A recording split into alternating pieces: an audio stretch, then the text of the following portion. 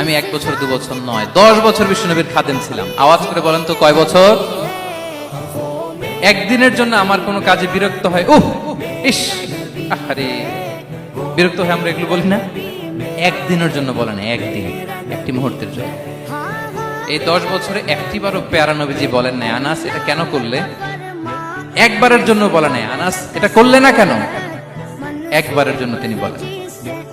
আনাস রাদিয়াল্লাহু তাআলা আনহু বলেন, একদিন একটা কাজে সম্ভবত জুব্বা আনতে আমাকে বিষ্ণু পাঠিয়েছিলেন। আমি ছোট মানুষ, জুব্বা আনতে যে ভুলে আমি মদিনার বাচ্চাদের খেলা দেখতে আরম্ভ করলাম। বাচ্চারা রাস্তায় খেলাধুলা করে না? বিষ্ণুনবী যেটা আনতে পাঠিয়েছে ওইটা না এনে ভুলে, ছোট মানুষ তো, সেও দাঁড়িয়ে দাঁড়িয়ে মদিনার ছেলেমেয়েদের খেলা দেখতেছে। এখন সময়ের পর সময় যায়, ঘন্টার পর ঘন্টা যায়, আনাস তো আর আসে না জুব্বা নিয়ে। বিষ্ণুনবী ভাবলেন, হায় রে, আনাস মনে ভুলে গেছে, যাই নিজের কাজ নিজেই করি, নিয়ে আসি। বিষ্ণুনবী বেরোলেন, বেরোই দেখে ওই তো আনাস, আমার আনাস বাচ্চাদের সাথে খেলা দেখতেছে। আমরা হইলে কি করতাম? আমরা হইলে কি? মাইর, ওই যে ডাইরেক্ট মাইর। আল্লাহ, আজকে তোর একদিন কি আমার একদিন না? বিষ্ণুনবী গেলেন, তিনিও বাচ্চাদের সাথে খেলা দেখতে শুরু করলেন, কিছুই বললেন না, শুধু আলতো হাতে আনাসের পিঠে হাত রাখলেন, ঘাড়ে আলতো হাতে। বিষ্ণুনবীর হাতটা রেশমের চেয়েও সফট ছিল।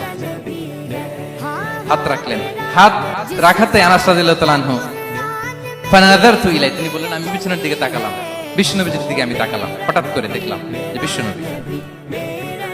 তাকানোর পর পর আমি ভয় পেয়ে গেলাম, কিন্তু বিষ্ণু সাল্লাল্লাহু আলাইহি ওয়াসাল্লাম ধমকও দেয় নাই, কিরা আনাস তুই এখানে, এটাও বলে নাই। তাকালাম, ওয়া হুয়া ইয়াদহাক, তিনি একটা মুচকি হাসি দিলেন, বললেন, আনাস তোমাকে না কাজে পাঠিয়েছিলাম, এখানে কেন? আনাস বলে, ইয়া রাসূলুল্লাহ ক্ষমা করে দেন, আমি যাচ্ছি। আনাস বলে, বিশ্বনবীর সেদিনের মুচকি হাসির শাসন মরার আগের দিন পর্যন্ত আমার এই সোজা রাস্তায় রেখেছে।